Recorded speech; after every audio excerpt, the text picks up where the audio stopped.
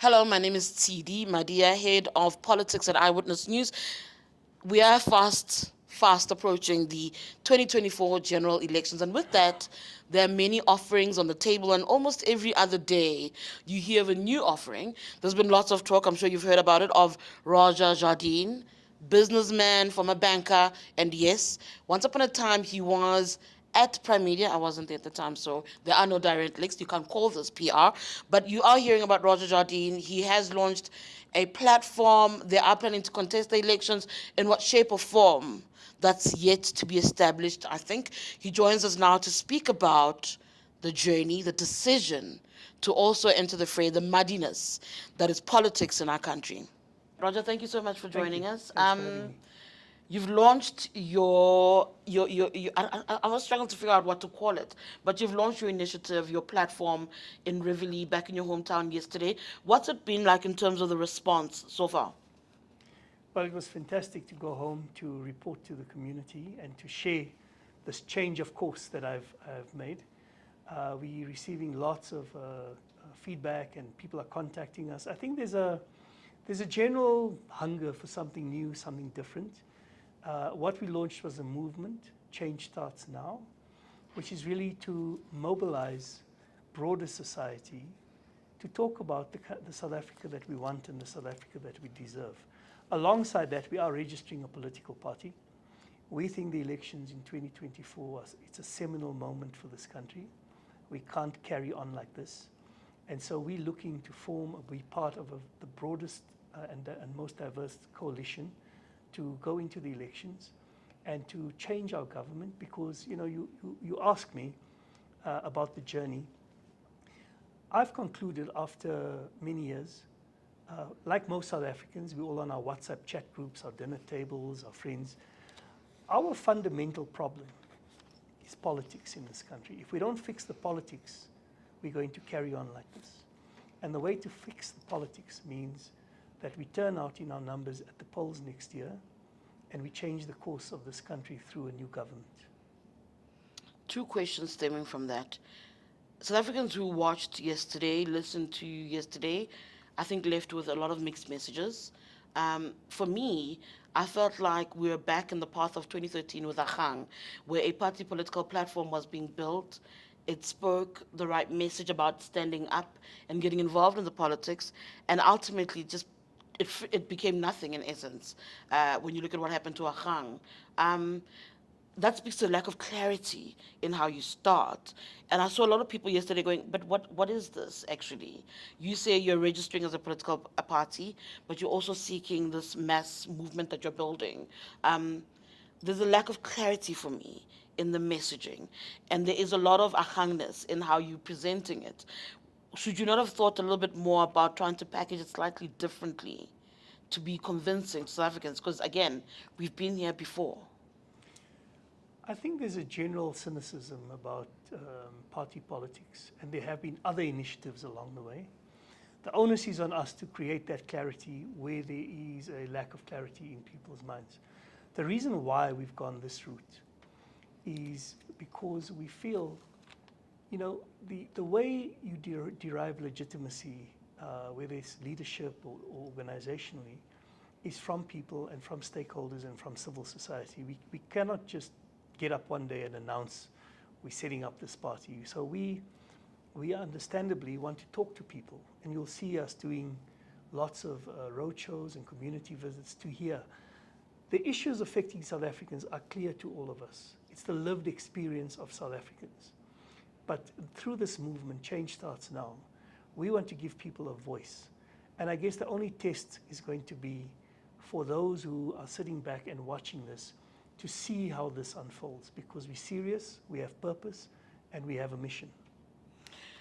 Do you feel you're in for the long game? I mean, part of it is polls will make suggestions about how much you'll probably get. Make it to parliament, not make it to parliament.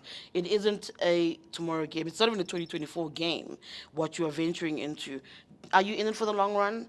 Are you somebody who's interested in it for now? And if it doesn't work out, we'll see again Dr. Mampela Rampele literally walk away from parliament. We've seen it in Joburg with him and Mashaba walking away from council saying, yeah, I'm focusing on something else. I don't think if he doesn't get what he wants as far as national government is concerned, he'll just go be a backbencher in parliament. Are you in it for the long game? I think South Africans also want to know that. So as you know, I'm not a career politician, Nope. right? I've been in the private sector for close to 25 years. I do understand that you can't launch a flash in the pan movement. And the reason why we're calling this a movement is because we want to give a voice and expression to citizenry on a long-term basis. So the election is one thing. I don't think we invest this amount of time, energy, and resources, and then the very next day after the elections we say, oh, we're out of here. So we have to build something sustainable that we can allow or create the space for citizens to re-engage in the things that matter. Help me understand the name. So, change starts now. Almost feels like a campaign as opposed to the name of a movement. Yes. In my emails, what I was getting is Change SA. I'm hearing that there seems to be a battle around registering your party at the moment because either somebody's already registered. What is the issue around the name? No, there's no issue around the name. Change Starts Now is the movement. And that we just set up. A political party, you need to get signatures and you have to engage with the IEC. So it's just a matter of procedure. There's no battle around naming or anything. What will the political party be named? Change starts now as well? Or will it have a different name? No, we're registering a party called Change SA. Okay, that'll be the difference between the Yeah, movement yes. and the party. I want to speak a little bit also just about what the movement and what the vision is. People, again, I go back to a lot of what people have been saying about what they feel this stands for. You spoke a lot about where South Africa is and where we've gone wrong, the crisis that's been created by the politicians. South Africa, as you said, is also a country where people are cynical about what is possible. You have a very short runway before the elections. A lot of work needs to be done. What do you think? How do you think you'll go about capturing the imagination of the electorates to try and at least make some impact come elections? I think you correctly point out, South Africans are tired of people in authority showing up and explaining the problems to us and telling us what we are feeling and experiencing. The lived experience of South Africans means that they already know what's happening on the ground. Where we're going to be different is, our intentions are very clear. We want to fix the state and we want to come with a real plan. So let me give you an example around how this could be different. Okay? Currently, we know that there's a complete collapse in basic services to the people of this country. You can pick any topic: water, electricity, social grant payouts. I mean, it's absolutely shameful that a grandmother must sit in the sun waiting for a payout, which may or may not arrive. Okay? That doesn't have to be that way. We have such fine institutions and technological capability in this country to make sure that that doesn't happen. Why is it that a student who relies on a NSFAS grant has to watch that grant whittle away as people who are ill-equipped to deliver those grants clip away rand after rand from the monies that they need for food and for their studies? We can fix that. We know where the solutions are. And so what's going to be different is we all know that the current state of affairs means that the public service has been completely decimated. There are lots of good public servants trying to do their jobs, and they are under the weight of inefficiency. We're going to come with a very clear plan on how to do that. Now, having said that, because of my immediate past career in the private sector, there seems to be this connection between me and privatization. I understand full well, having been a Director General, that the public sector is not the private sector. The role of the government is explicitly to look after the well-being of the people of this country. But right now, we have a problem. The government cannot deliver. And so we need to look, where are the skills, where's the financial resources, so that we can improve the lived experience of South Africans. We will come with that plan, and we will come with that plan in a way that's not ideologically schizophrenic. We know the role and the place of the private sector, the balance sheet of the private sector, the skills there. And if we can partner that with the public sector in the short to medium term, to improve service delivery, we'll do that unashamedly. I will come back to your links to the private sector and Yes. perceptions around that. But before I move on, let's speak about the role of civil society in this. You've got Nicole Fritz and Mark Yes. Haywood as some of the people that we've seen. Mhm. Yesterday, you spoke quite boldly about the fear of a shrinking society in the country and the need to try and protect it. The importance of bringing civil society into this movement, into this vision. It's very important because civil society, NGOs, are closest to the people on the ground. We need to come back to a situation where we see civil society and NGOs as partners in delivery. They've been marginalized. Legislation that's pending seeks to push them out even further. And so we see civil society as a very important partner into the future in terms of improving the lived experiences of South Africans. And that's why we have people like Mark Haywood and Nicole on this team. I want to venture into a little bit of conversations around you specifically. Um, your past, your family's past is a big deal in terms of shaping your understanding. You spoke about that at the launch. The ANC speaks about that itself. I'm sure you've heard the ANC Secretary General Fikile Mbalula speaking um, about you. And some are saying it's time that you let go of your family's credentials if you're trying to sell yourself to the country.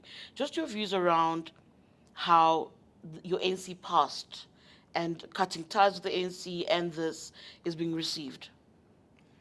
I'm very, very proud of my family's history. It started with my grandmother, who conscientized all of us, and my father, and myself as well. I think we're now 30 years into our democracy. We need to move beyond a notion that a struggle credential is a qualification to run this country. I'm proud of that history, and I'm proud of that ANC. Today I sit here with close to 25 years, call it 23 years or so, of private sector experience, and I have some public sector experience. So what I'm presenting to South Africa, to partners in the political environment and in the world of civil society, is a breadth of leadership experience. I've seen things, there are things I've done, there are things I know how not to do going forward. I'd like to raise my hand and be part of that. I'm not here to sell struggle credentials, family history, because I know the future is informed by history, but it's going to be shaped by vision and action, and that's what I'm here for. The notion that you're the black face for the private sector, the notion from Popo Molefe, UDF history speaking, that people who are progressives are being used to further a right-wing agenda.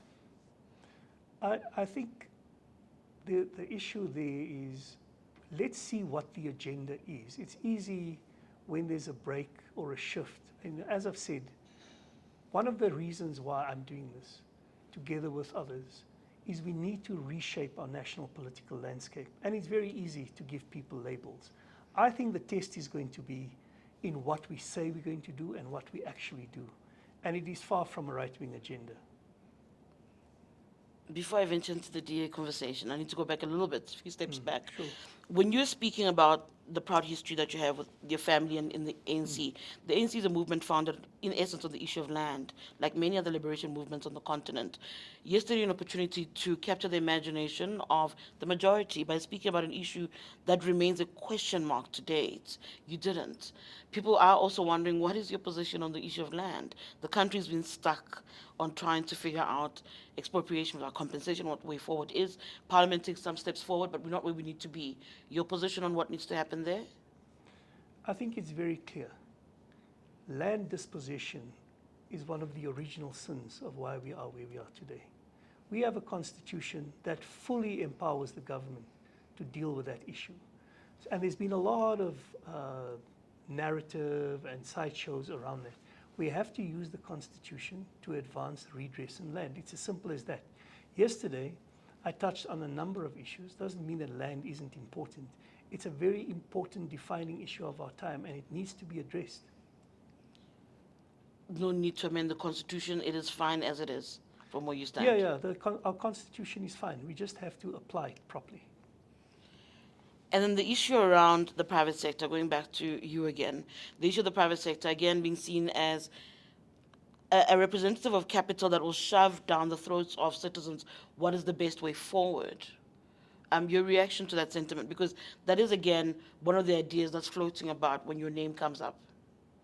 It's going to be very hard to shove anything down the throats of South Africans. I mean, apartheid tried to shove a system down our throats. We stood up to it. South Africans stood up to it.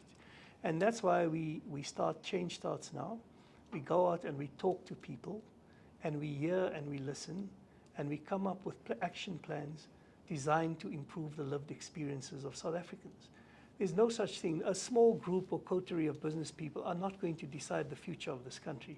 We have to have a face of government that listens, that learns from people, and that acts accordingly.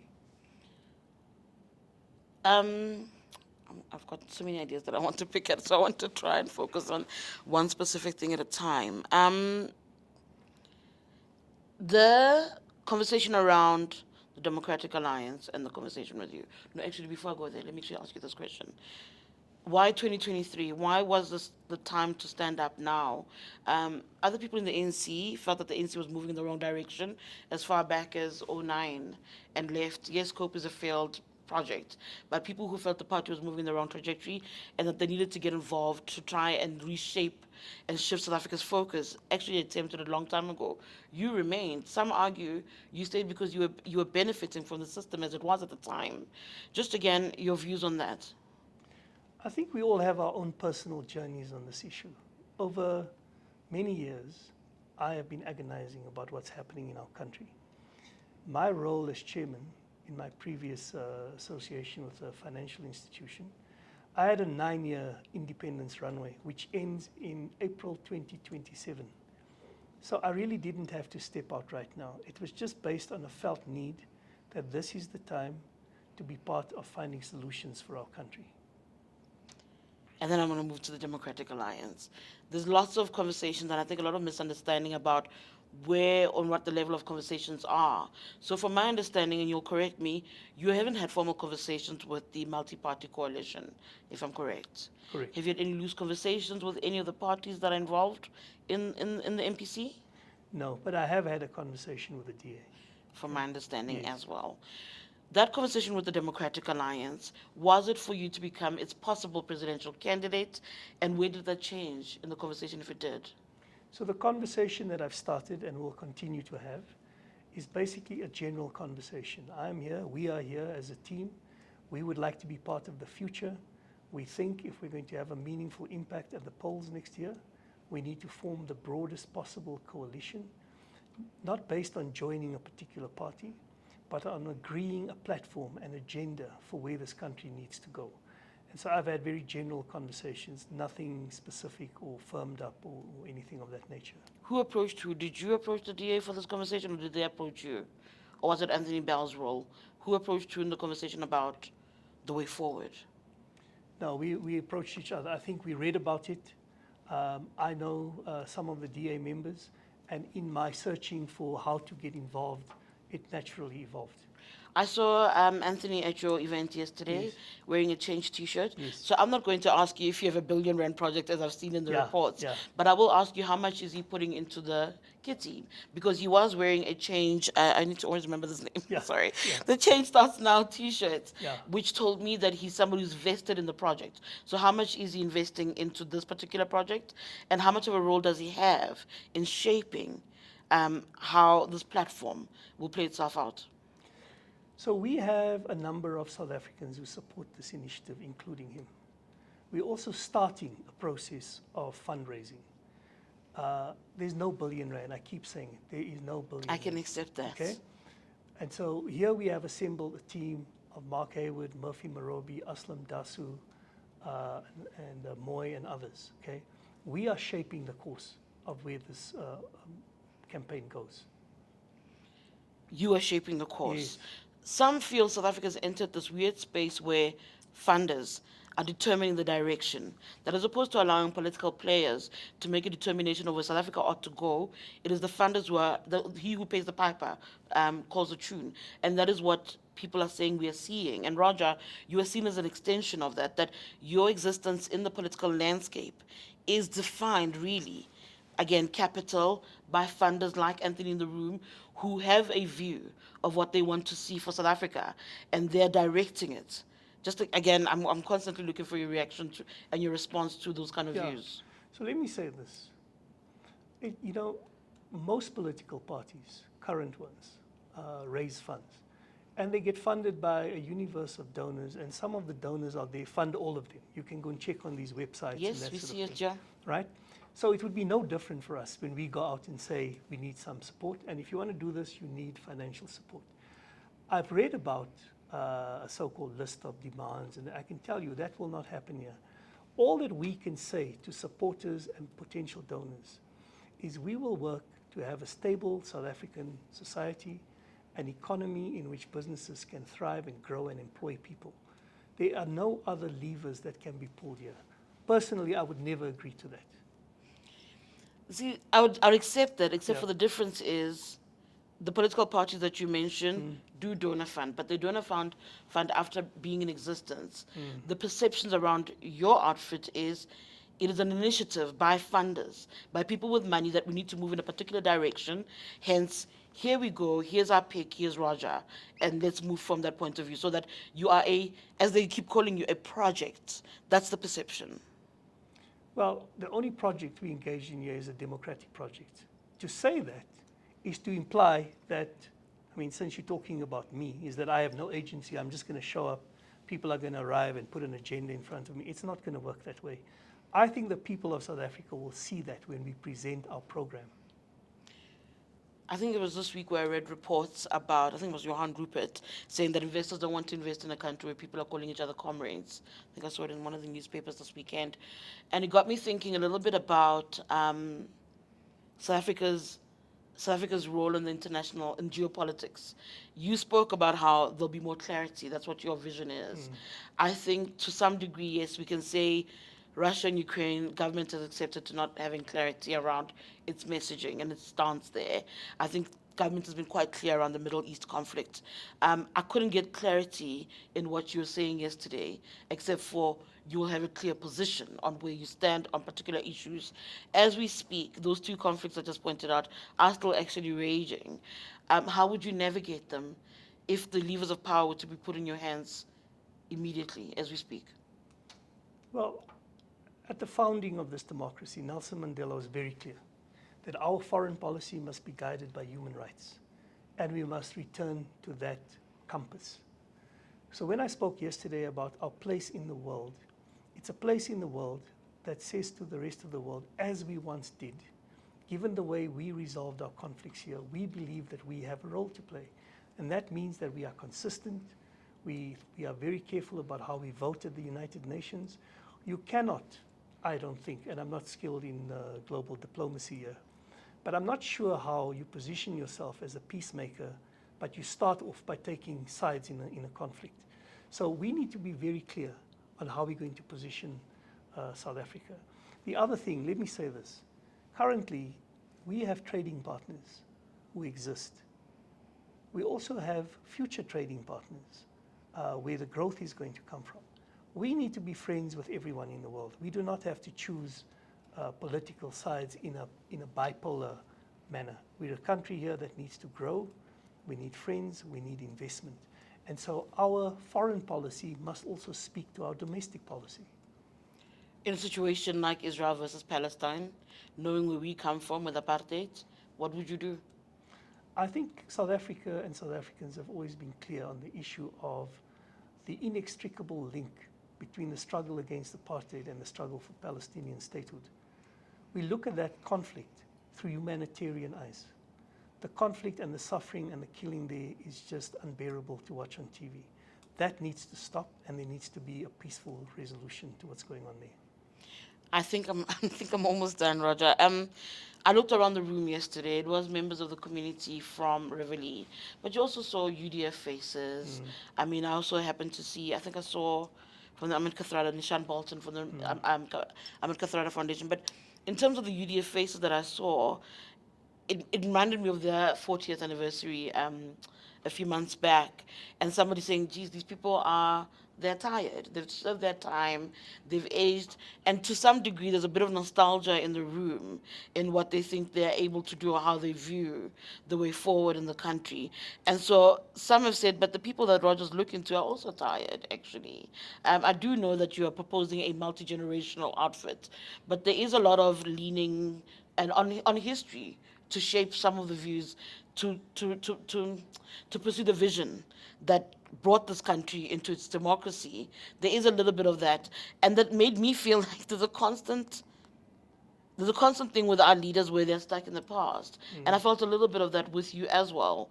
Um, just where we are not moving from the nostalgia of how you got to 94 and your wishes to get back to the vision of 94.